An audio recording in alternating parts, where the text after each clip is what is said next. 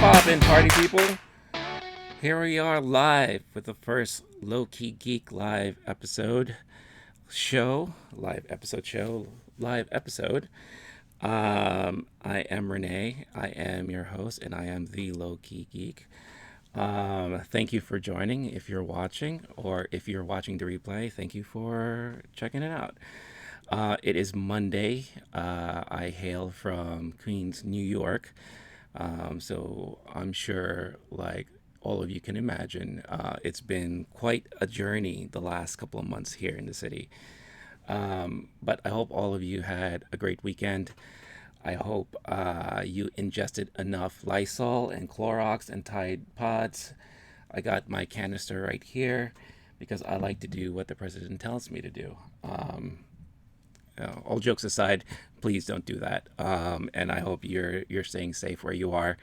I promise you, that's probably one of the only times we're ever going to talk politics during the show, and future iterations of the show. So, um, I'm sure you're wondering, why am I being forced or asked to watch another podcast or listen to another podcast? Well, I guess one thing that I can say is that this is something that I've been inside wanting to do for some time now. Unfortunately, life and work always got in the way. I spent pretty much the last 13 years within the advertising industry, more specifically within ad tech and ad operations. For anyone who is within that field, I'm sure you can imagine how taxing that can be. So I guess to kind of backtrack a little bit, come February, I took a little trip back to my second home, which I like to call my second home, which is Japan. And I did a lot of thinking about my current situation and all that stuff like that. And I realized the one thing that I wasn't happy. I wasn't happy. I started a new role in a new company back in October.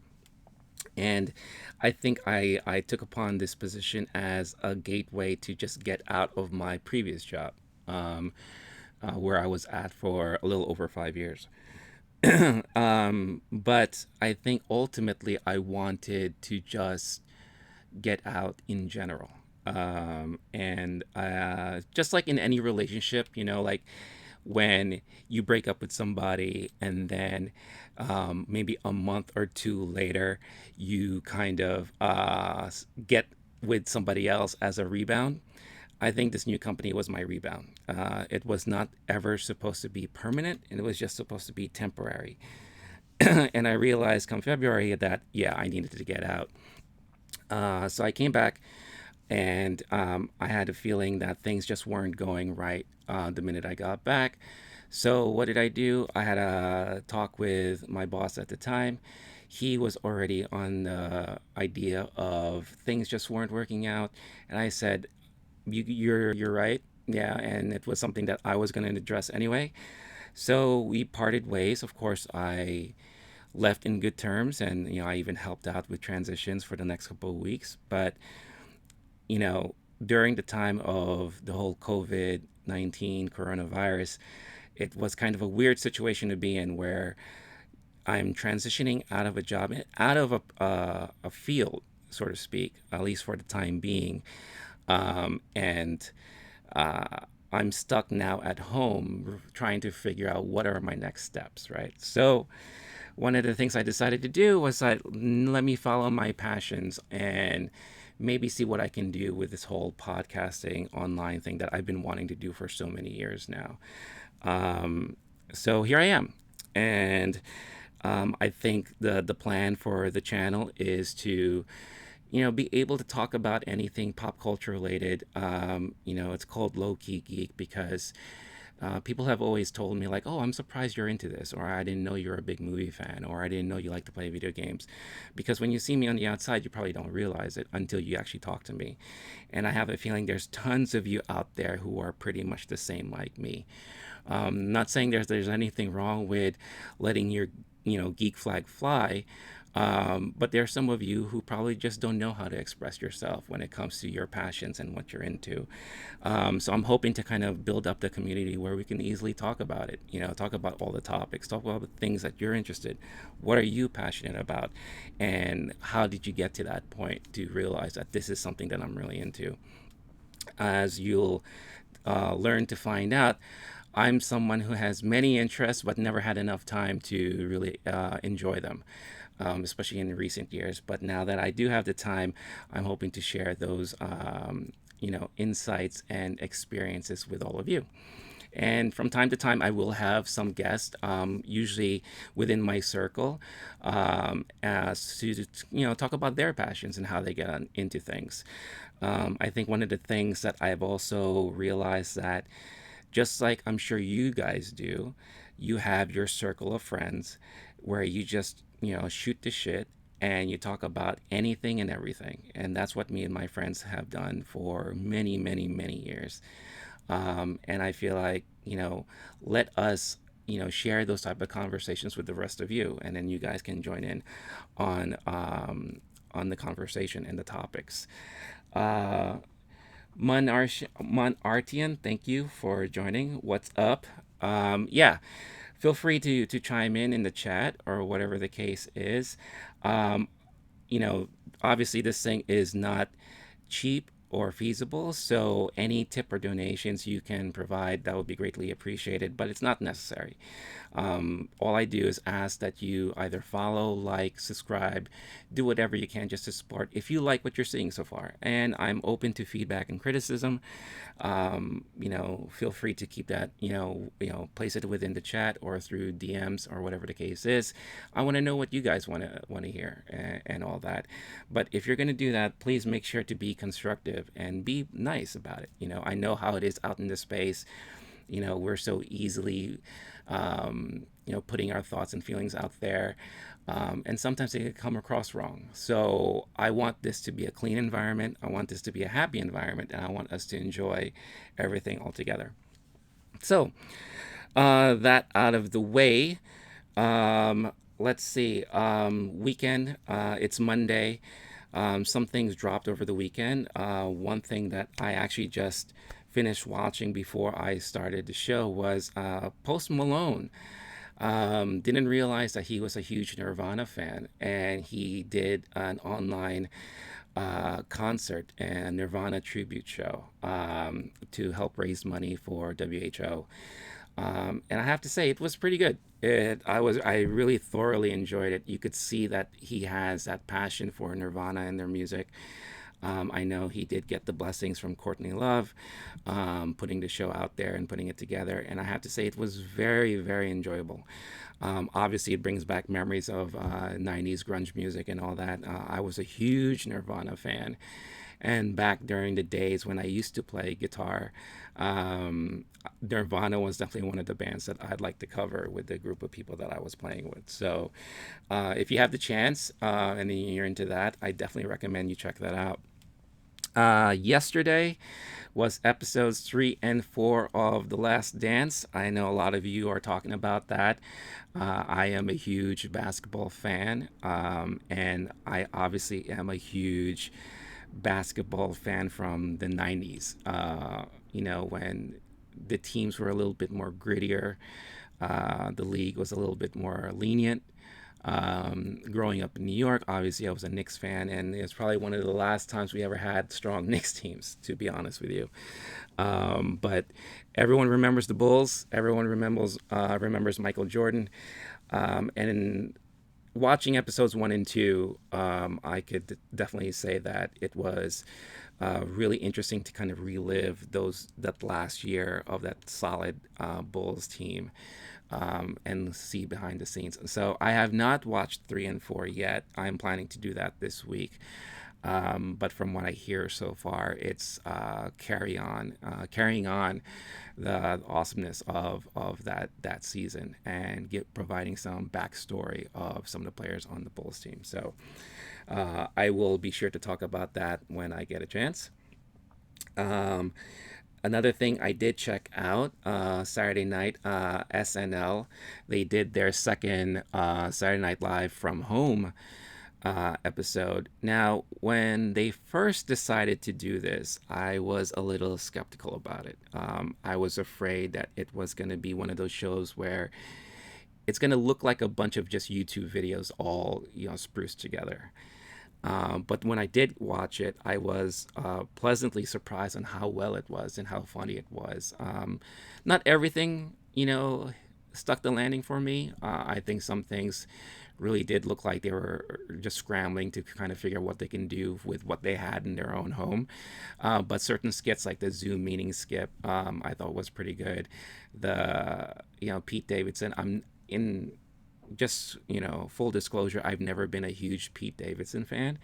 However, that song that he did, the $2,000 song, I thought was completely hilarious. And the Drake song wasn't that bad either. But that being said, and of course Tom Hanks, I mean, how can you not recognize Tom Hanks for what he did? But they did their second episode. Start off with Brad Pitt playing Mr. Anthony Fauci. And I thought that was a pretty clever opening, and I thought he played the role pretty well. And then it led on to the show. Um, it was good. I think there were some skits that just didn't work like the first time. But the ones that really got me laughing a lot were, the OJ skit. I thought that was somewhat hilarious. The Pornhub one was pretty damn funny. The fresh out of jail booty calls. I thought that was also pretty clever. So definitely, if you haven't had a chance and you happen to have Hulu, they do play the full entire episode as if you were watching it live, or you can catch the clips on YouTube under the SNL channel because they have all the clips up there. So I thought it was really funny. I don't know how often they're doing these. I feel like it kind of came out and I wasn't aware of it. I kind of found out the day before. Unlike when the original episode came out, you know, there was a lot of hype about it. So maybe they're doing every other week or so. But let's see what else they got up their sleeves. I think they're doing what they can to kind of make people happy and forget about things during this crazy time that we're in. You know. So one cool thing I also did with my friends over the weekend, and it's something that we this is the second time we've done this, and I think this is something that's going to be ongoing for us. Is that I'm sure there's other people who are doing the same thing. I see it on my Facebook and all that, but we had our own trivia night. So this was the second time we did trivia. Um, I think this time, compared to the first time, was a little bit better. It was a bit more organized, and we had a good flow going, and always like a lot of good laughs. So, what I'm planning to do is I'm planning to um, kind of edit that footage and post it up on the channel so that you guys can see kind of the wackiness that we endure during trivia. And I don't know if you are a big fan of trivia like I am, but I do love trivia. I love going to trivia nights at bars and things like that. Definitely one of the things that I am missing right now. But at least we can try to do it online and replicate the fun there. So that's always a good time and good fun to be had. Um, so as we enter Monday, if things were normal, Mondays are usually big news days, but as it's been seen the last couple of weeks since this whole thing started, it's been kind of slow on the entertainment news side of things and pop culture wise. However, I was shocked to see certain video game headlines, which I will just briefly cover now, but to go more in depth on the video game news, I do have a show that I co host with my buddy Paul from Paul Programs. I'll make sure to include the link in the description after the live episode airs. We do a show every Wednesday night at 10 p.m. where we really do more talk more about games and video games and news and our feelings on certain things. So definitely check it out because I'm sure we're going to be talking a lot about these certain topics. So one of the biggest topics that came out today was Sony announced that The Last of Us 2 is actually going to be released after all, and it's going to be released in June.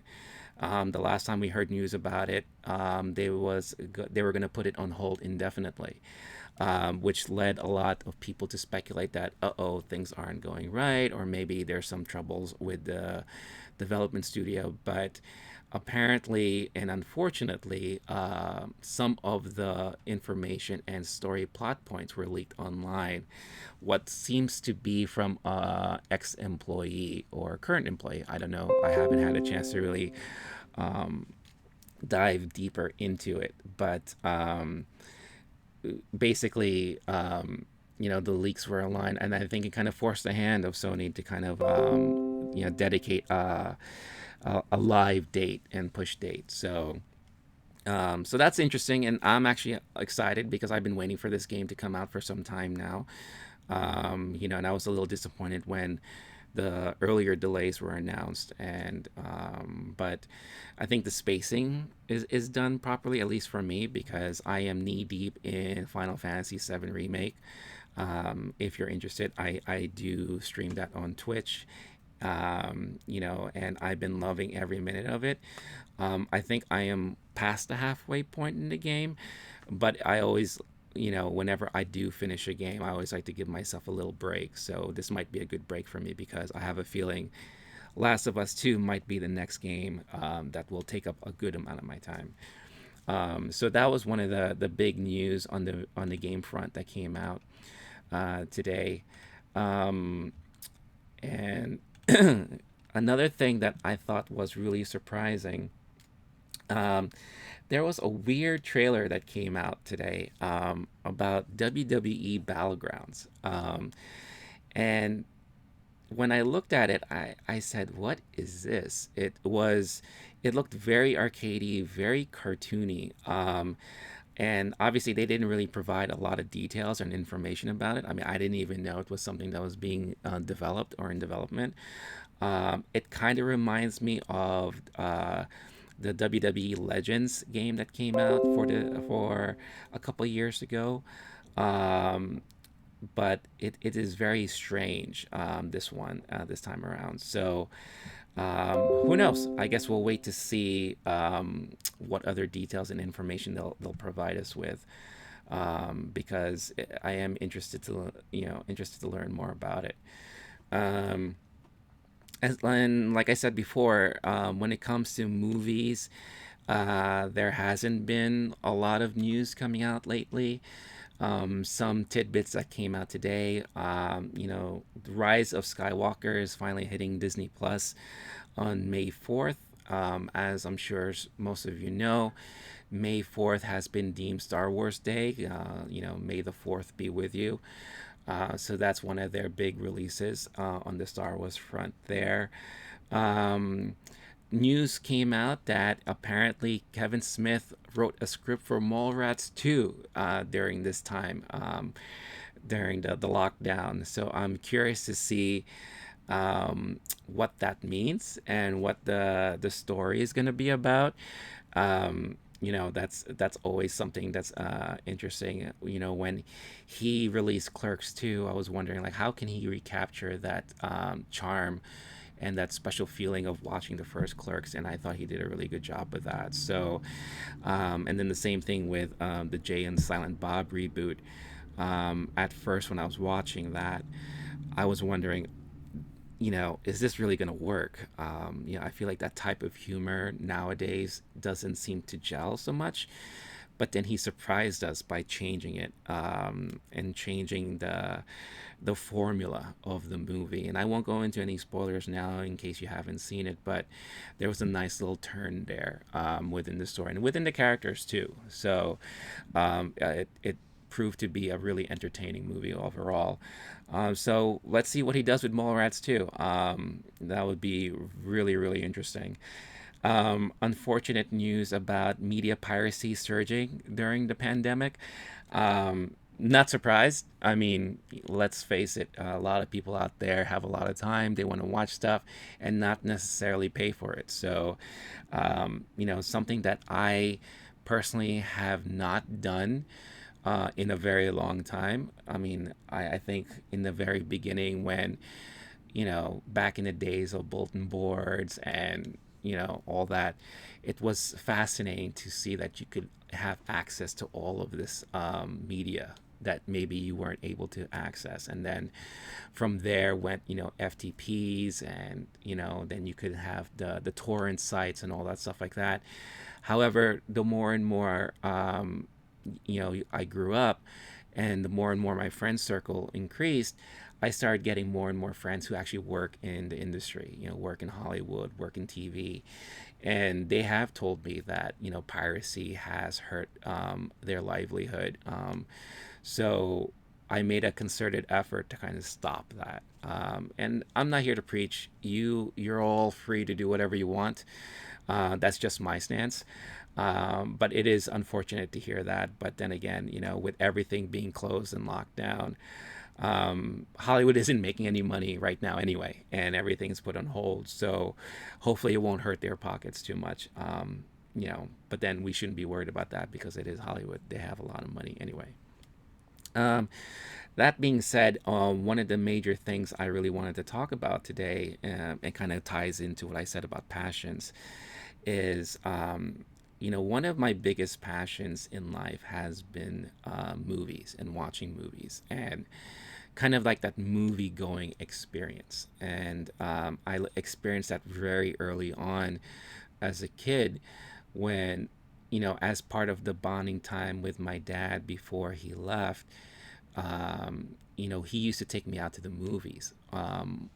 Pretty much not every weekend, but very close to almost every weekend. I still remember, I think the first movie I saw in the theater was The Adventures of Buckaroo Banzai. And if you're wondering what the hell is that movie, I'm not surprised. Not a lot of people know about it unless you are like a movie fan, and especially a sci-fi fan. But was definitely one of the things that I remember, growing up. And from there, it kind of sparked my love for the movie going experience. One of the craziest things that I did as a kid was when Gremlins first came out.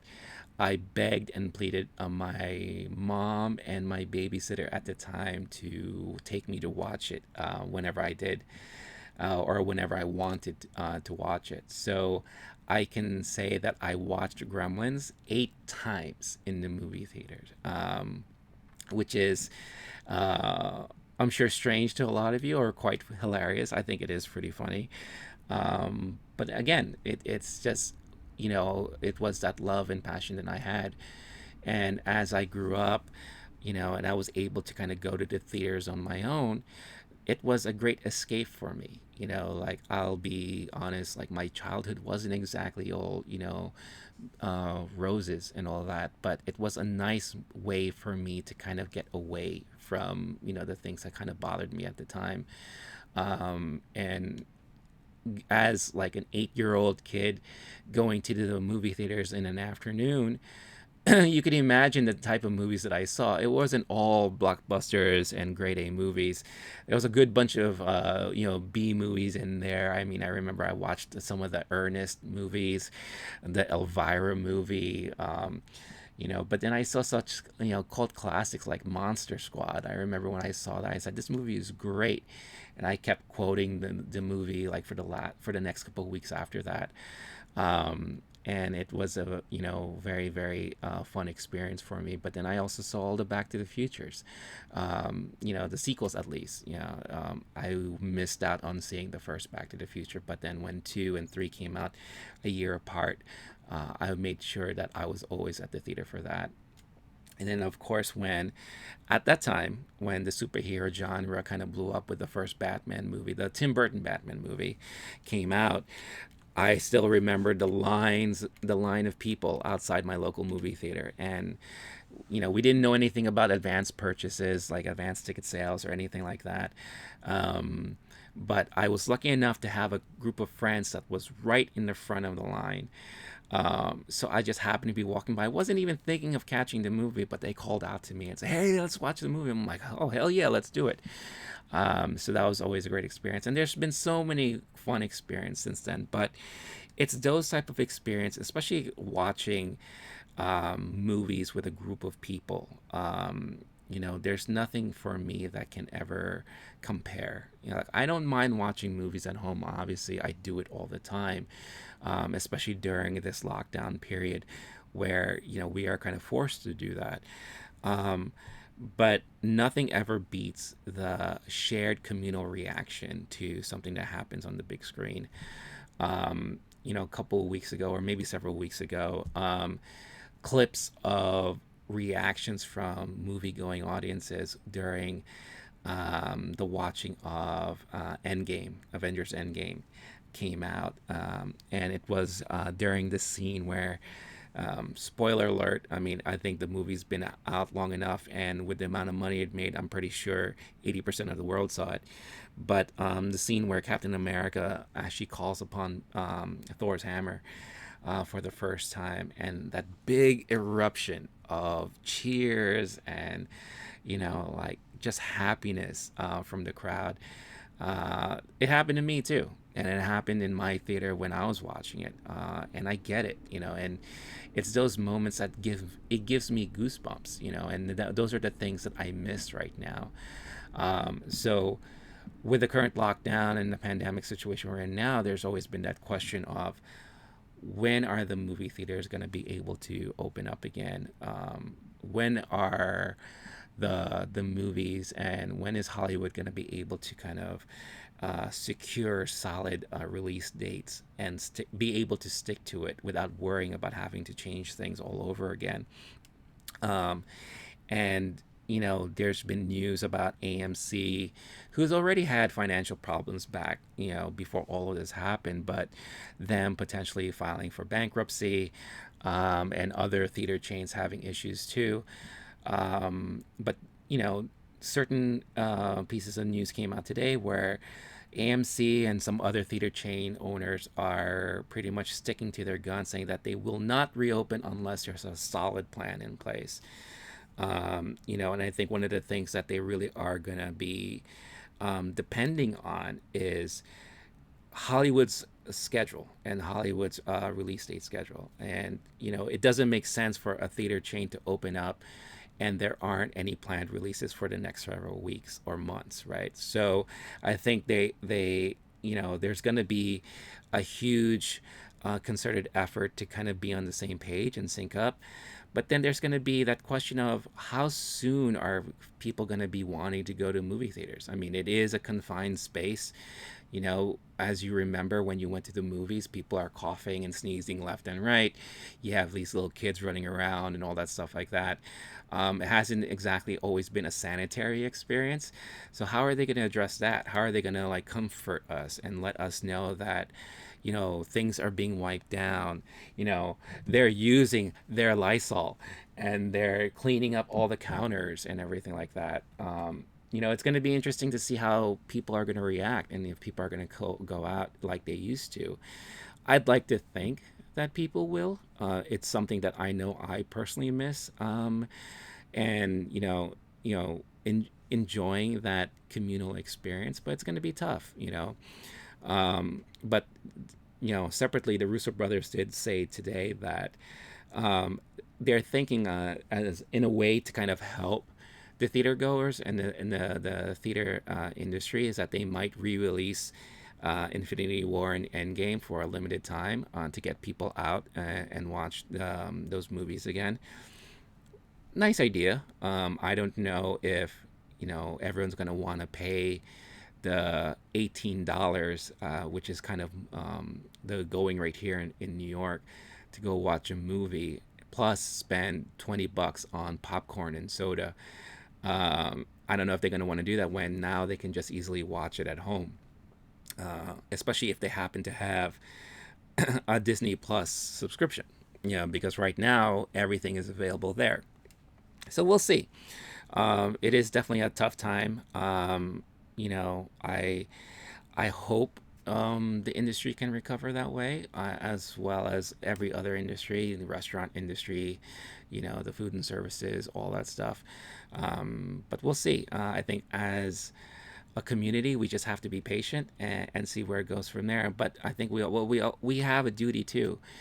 If these are our passions, we have to support it, every way we can. So, depending on your comfort level, if things do open, support the movie chain, support Hollywood, try to watch a movie every now and then, try to buy a rental, buy a movie on demand from time to time, kind of show that you're still supporting that industry. I know times are tough, a lot of people aren't working right now, present companies included. But from time to time, I try to show my support. I'll buy a game here and there. I'll rent a movie. I'll purchase a movie that I know I'm going to watch over and over again. I think it's just very, very important to kind of keep that going, to kind of dictate and show the industries that you're still interested, and that we're still interested as a community. So yeah. So we'll see what happens there. Definitely tough times ahead, but hopefully everyone will be patient and resilient, and we'll see where things go. So again, going back on the channel, and a lot of, I'm sure, once you watch this, and whether you're watching live or like through a replay, you know why are you doing this, Renee? Like, why? What is it that like makes you interested in competing with the thousands and thousands of people podcasting now and streaming right now? Like I said before, this is something that I've been wanting to do for some time now. But going back again to my childhood, and I mentioned this once to a friend recently, Paul, the one I mentioned in the past, and I know he's here watching now, so big up to Paul Programs. Again, catch us on Wednesday at 10 p.m. Eastern Standard Time. Link to be provided shortly in the description. But when I was a kid, I used to, on those audio cassettes that some of you may remember or may not, we used to record our own radio shows. And, at the time, I was very big into like Nightmare on Elm Street and, Friday the 13th and all that stuff like that. And I'm pretty sure this was around the time when one of the Nightmare on Elm Street movies came out. I think it was Dream Warriors or something like that. And at that same time, they had a Nightmare on Elm Street TV show, which is kind of one of those like anthology shows, where he would host, and it would be like, an episode about some story or a couple of episodes about something like that. And I was very, very into that. So we decided to do our own radio show based on that, and we called it the Freddie and Fredina Show, where if Freddie had a long lost sister that they just reunited and decided to do a radio show together. I know it sounds ridiculous and really stupid, but I can laugh at it now. But I had fun doing it with my friend, and that kind of like gave me a feeling that I like being goofy. I like talking about things that I'm passionate about and all that. And then as I got older, I became a very huge Stern fan. I listened to Howard Stern religiously. Maybe when I shouldn't have, because I was definitely not the age for it. But I have no one to blame but my brother, who kind of introduced me to the show and the program, and it kind of blew my mind. Like that there was someone on the radio where everyone can access and just spoke about anything and everything, and I thought that was great. It was very appealing. He had his gaggle of freaking, characters and all that stuff like that. And it was hard for me to believe that these people existed, But then as you grow up in life, you do meet people like this. Like there are people like that. And I'm just like, wow, it's so fascinating. I don't listen to him now. Obviously I don't want to pay for Sirius. I did for a certain time, but I think it just wasn't, beneficial for me. And I was spending the money and I wasn't using it all the time. And plus, his format has changed. I mean, he's a great interviewer now. I always thought he was, but he's been doing really well on the interview front, and something changed when he started hosting America's Got Talent, and I was like, okay, definitely a lot of things have changed there. But yeah, I would say he's definitely one of my influences. Growing up and wanting to kind of do a show like this, or pretend like I'm in Pump Up the Volume and I have like this crazy radio show that I talk about a lot of things. But I'm not trying to cause anarchy or anything like that. But it's just something that I was always fascinated with. And now in the YouTube generation that we're in now, for the last several years, I follow people like John Campia, the Schmoes Knows guys. I was a big fan of AMC Movie Talk, when they talked about movies and all that. And then it introduced me to John Schnepp, who was a big comic book nerd, who we lost way too soon. I remember I was thrilled when I met him at New York Comic Con several times, and he's always been like the nicest dude around. But it was that kind of again showed me like, wow, here are these group of people that, whether they want to be professional or not, they just want to talk about what their passions are. And it doesn't always have to be formulaic either. It's like they don't have to necessarily sit down and do a panel show and talk about, well, here are the topics and let's just go them one by one. They just want to shoot the shit most of the time. Like, yeah, they'll talk about this, they'll talk about that, but then it'll branch off into other different things. Just like how conversations go with you and your friends. And sometimes it'll provide laughs, sometimes it'll provide thought-provoking moments that will make you think and question certain things.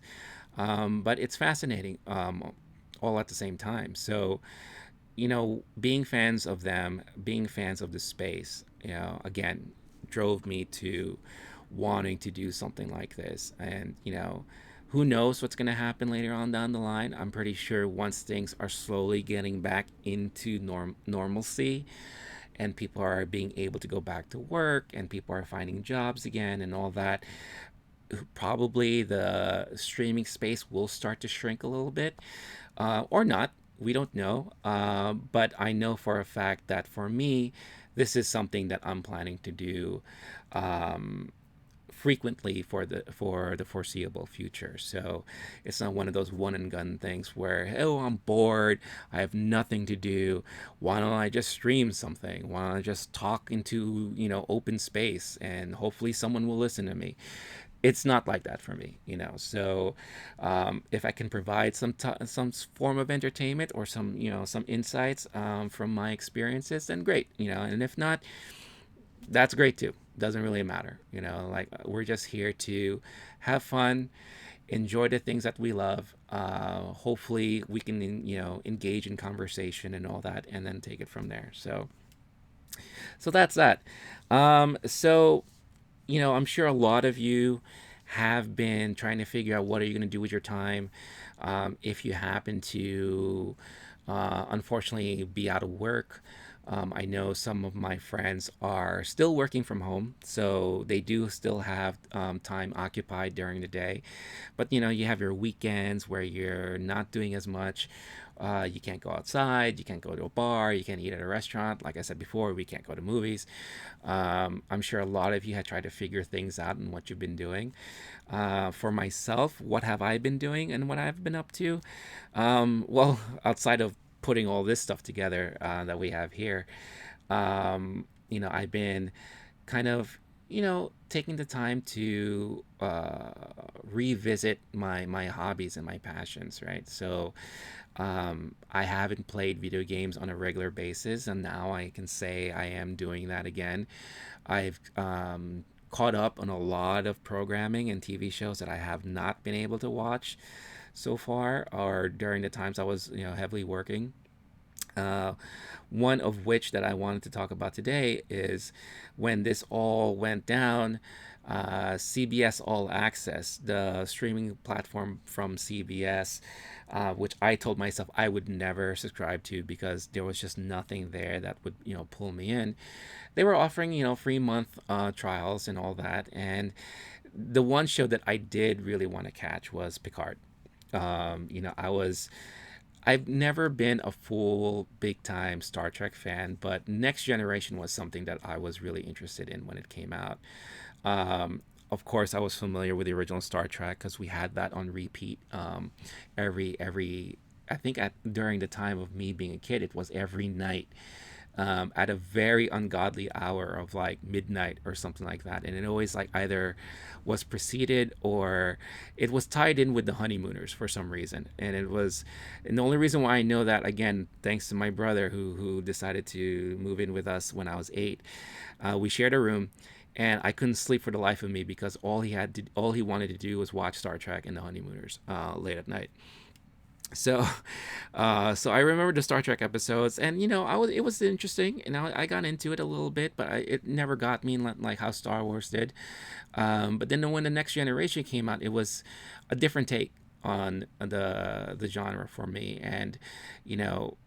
Patrick Stewart had such a presence as the captain of the ship. So, as I was following the adventures of the Next Generation crew, during the many seasons that they had and the numerous amounts of movies, um, I was always interested to see where things would land for Picard. And when they announced the Picard TV series, I was like, wow, this looks like that's going to be interesting and fascinating.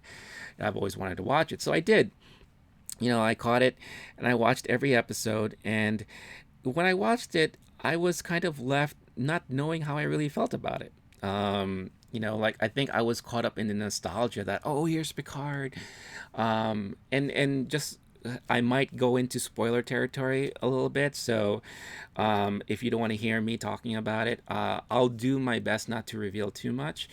But a lot of the things I'm going to talk about, I think you've seen in videos, you've seen in the trailers, or you've caught wind of it somehow. But, um, you know, you had characters like Data show up again, and he talks about their friendship and all that, and you had other characters from the next gen kind of pop in and out. So I think I was caught up in that nostalgic factor where I was like, wow, I never thought I would see these guys on TV again and all that. But there are a lot of things that were kind of, for me, I just didn't know how to feel about it. And the one thing that really threw me off, and I was so happy that it wasn't only me. One of the guys I watch on YouTube is Dan Miro.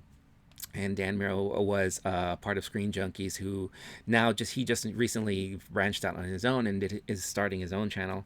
He did an episode about Picard, and he did a review because he is a huge Star Trek fan. Um, so of course I was curious to hear what he was going to say. And when he said this, I was like, yes, it isn't just me. And the one thing that the show does is that they throw that F bomb everywhere. I mean, when I watch Star Trek, even in the movies, I think I've only heard a curse word once.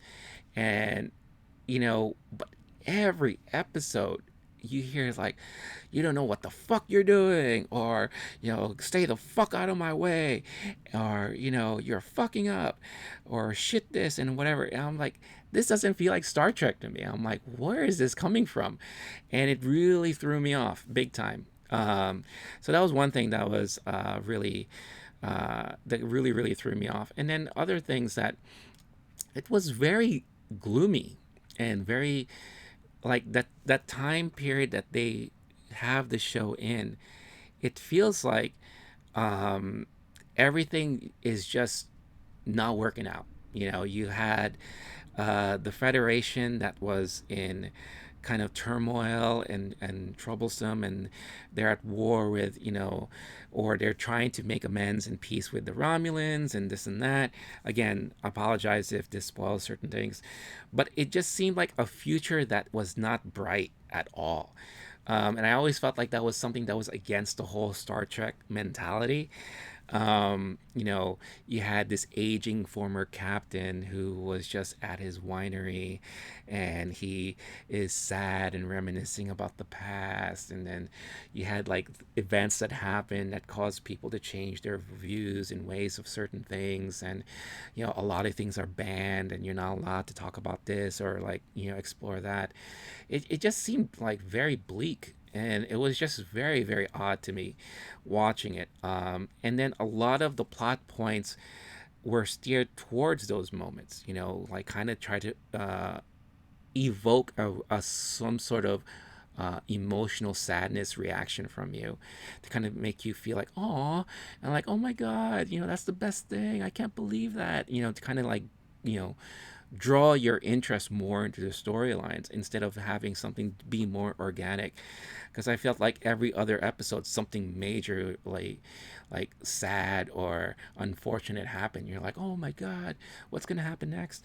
I don't know if it's like just a sign of the times, if that's just how things are these days, and how shows kind of grab you. But I just felt like it was just unnatural.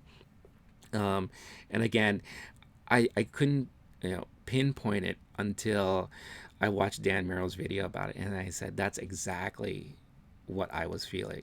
So is it worth watching? I still think it is. They have greenlit a season two, and it will be interesting to kind of see where Picard and his new crew goes, and what they're going to cover. Um, will I be paying for CBS All Access? Probably not. So hopefully I can catch it somehow on a rerun, or if they happen to give out another free trial, or maybe during the next pandemic when things start coming back in the fall.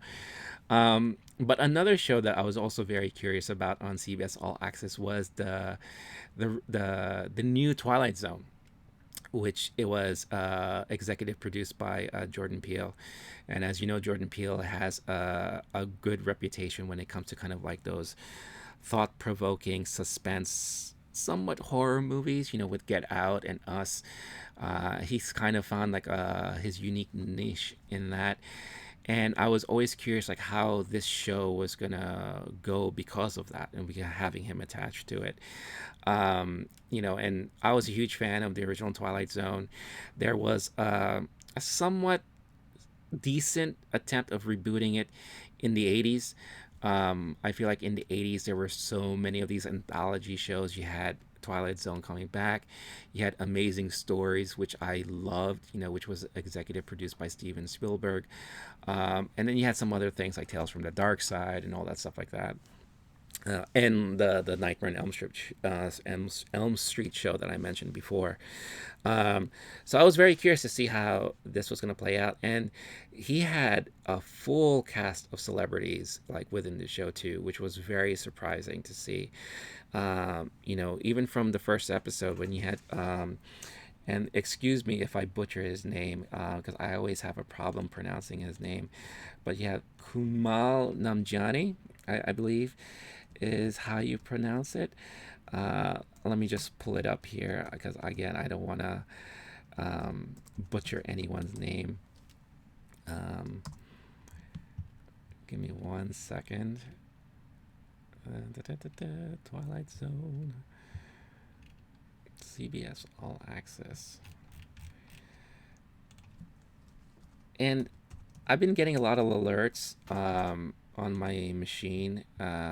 If there's any issues with the stream, whether it's video or audio, please by all means let me know. I definitely would love to know. Hopefully things are working out as they should. So yeah, so you had Kumal Nanjiani was in the very very first episode, and he did a really great job. It was like a very interesting episode. Again, just like the original, thought provoking and kind of not what you were expecting and things like that. But then you had uh, other cast members and celebrities who starred, like John Cho. John Cho was in an episode which talked about a very interesting concept of campaigning and building off of social media for popularity. I thought that was something that Chris O'Dowd, he had a very interesting moment in one of the episodes. Stephen Yuen of Walking Dead fame played this awesome, awesome character. He was in the same episode as, and his name escapes me at the moment, but uh, uh, sorry, let me just look it up real quick. Um, do, do, do, do, do, do, do, do. Greg Kinnear. Yes, sorry. Him and Greg Kinnear had an episode together. Seth Rogen appeared in an episode. Tracy Morgan was in one. Zazie Beetz. I mean, it was a huge, full, well casted series. Now, even though I did enjoy it and I thought it was a very interesting series, and true to form, as Twilight Zone was, um, they did hit up on a lot of the social commentary of today. And like the original Twilight Zone, they always talked about what was the social commentary of that time. I believe there was a lot of things about like communism and appearances and image and things like that. Obviously race relations, and they definitely do tackle a lot of that within this series. My unfortunate small criticism is that they did it too much. I think it was too on the nose in a lot of cases. Like I would be watching and then 15 minutes in, or even 10, I'll be like, I bet you this is why they're doing this. I bet you it's kind of covering this or it's talking about that, and I was right. And I don't like it when I kind of predict what the show is going to be about or what the episode is going to be about. Um, but I did feel like a lot of things were a little bit too on the nose, and I kind of wish they explored a little bit more of the fantastical, a little bit more of the, you know, out of left field storylines. Like back in the day, and I think one of the more popular episodes was the one where you had this book reader, and they actually do cover this as a throwback in one of the episodes. He all he wants to do is read his books, and he loves books. He loves going to the library. And then what happens is that there's a post-apocalyptic event that happens where all of humanity is wiped out except for him, and he's so excited. It's like, wow, now I have time for myself. Now I can read all the books I want. And what happens? His glasses break, and now he can't read anything. Like those are the things that really really get me. I'm like, wow, look at that, like something so out of left field but also so simple. Or the episode with William Shatner about the creature on the wing of an airplane, and they kind of did some an episode that is somewhat of an homage to that, but in a different sense. And I thought it was really well done. But those are the type of episodes that I really dig and I really like.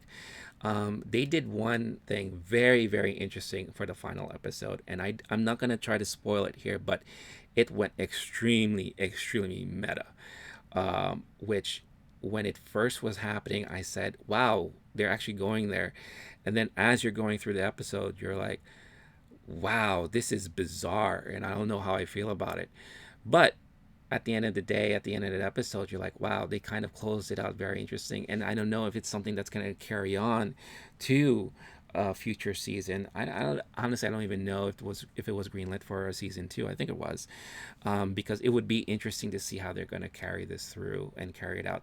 Now revealing something to us the viewer, about that type of world and that type of universe. So Twilight Zone. I think it's a very interesting thing to really look into if you're into that kind of stuff.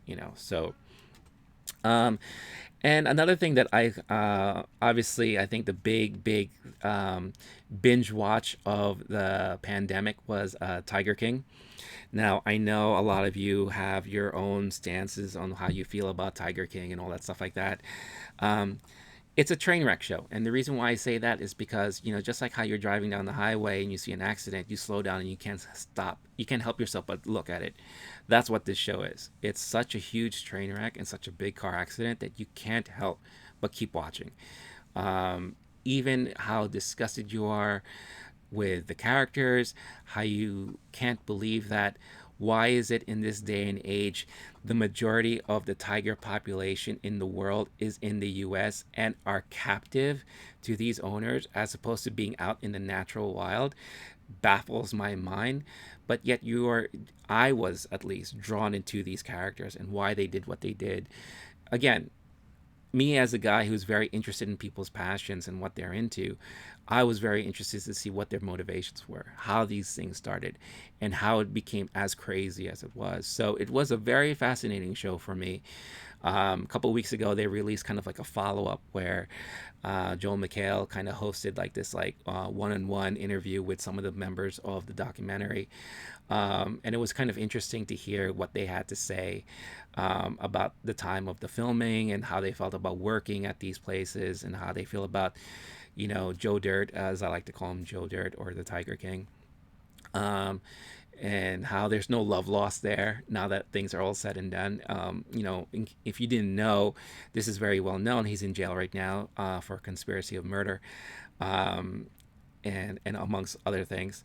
But it's just really fascinating to see it all play out. So, um, not suggesting you should watch it because I don't know how you feel about it, but for me, it was definitely worth the watch. And I was thoroughly entertained, and I learned some stuff too, whether or not I was really looking forward to learning it or not.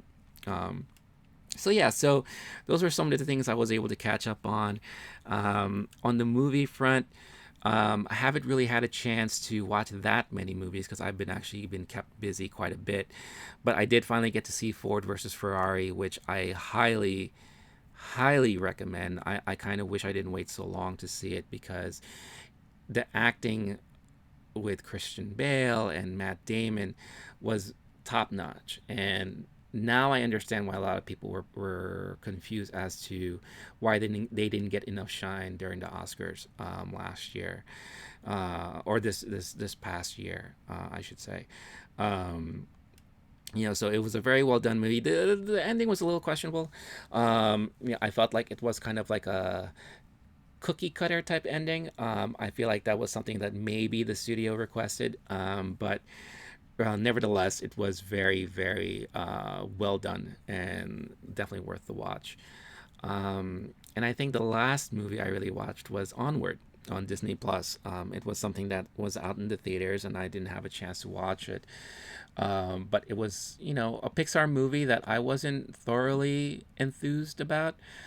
But after watching it, I could say it was very charming, and I was pleasantly surprised by it. And if you are a sibling, especially if you are one of two brothers or three brothers or whatever the case is, you can definitely relate to a lot of the subject matter and a lot of the back and forth with the main characters. So I would say definitely give it a chance, and I think you will be very, very happy with the outcome.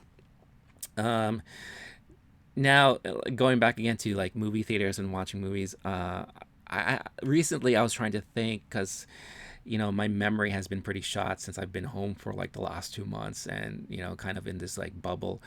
What was the last movie that I saw in the theater? And I'd love to hear it from you guys. Like what was the last movie you remember watching in the theater? But for me, it was actually in Japan. I had some free time, and I decided to watch Richard Jewell in Tokyo, in a theater in Tokyo. And to my surprise, there was a lot of people who decided to watch it. A lot of Japanese people who were very interested in watching it.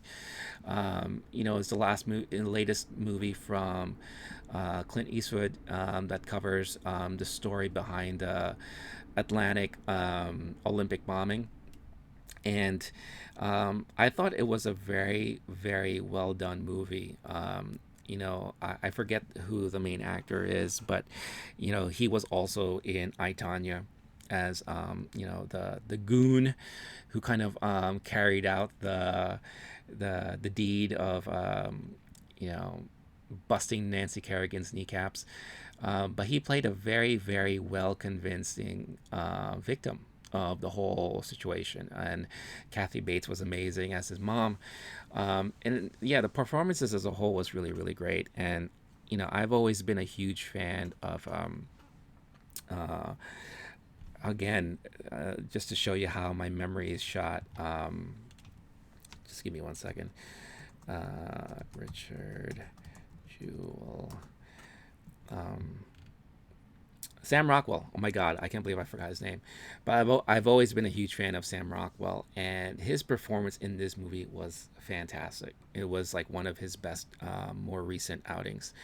Um, didn't get any kind of shine in the Oscars. I feel like, except for the Kathy Bates nomination, no one was really talking or buzzing about this movie. I also feel like there wasn't a lot of like decent marketing put behind it. I feel like it kind of just came. You heard some people talk about it, and then it just went. So very, very interesting. I enjoyed it. I thought it was a very well done movie. The sense I got from the Japanese people is that they liked it too. They thought it was very, very well done. So if that's something that you haven't seen, add that to your queue. You know, like I definitely would recommend it as something that you can watch. Um, so yeah, so I'm gonna try to keep these shows like tight, and I'll keep it to an hour for now. Like who knows? Like once more news comes out, there might be more topics to talk about. But definitely, if you're watching this during the replay and you have some comments or feedback, or if there's some ideas that you have that you want me to talk about, leave them in the comments. Let me know. You can follow me in the social media links that you see on the video. And, again, keeping something like this going is not easy and not cheap. So obviously, any tips or donations you could send my way would be greatly appreciated, but not necessary, please. The least you can do or help me out with is, hit that like, subscribe, follow me on Twitch. That'll be greatly appreciated. Because again, at the end of the day, I'm just trying to build this community who hopefully all of you are like me, who are into several things or into one particular thing that you're passionate about. And let's have a place where we can talk about it and discuss it and enjoy it as a group. Maybe you can teach me something that I don't know anything about, and then maybe because I'm always curious to learn new things. So definitely looking forward to hearing from you guys. So that being said, this is the end of episode 1. Thank you again for your time watching. Please stay cool, stay classy, stay safe, be kind to one another, and make sure you wash your hands, or at least, at the very least, spray yourself with some Lysol. All right? That'll be it. Until next time, see you later.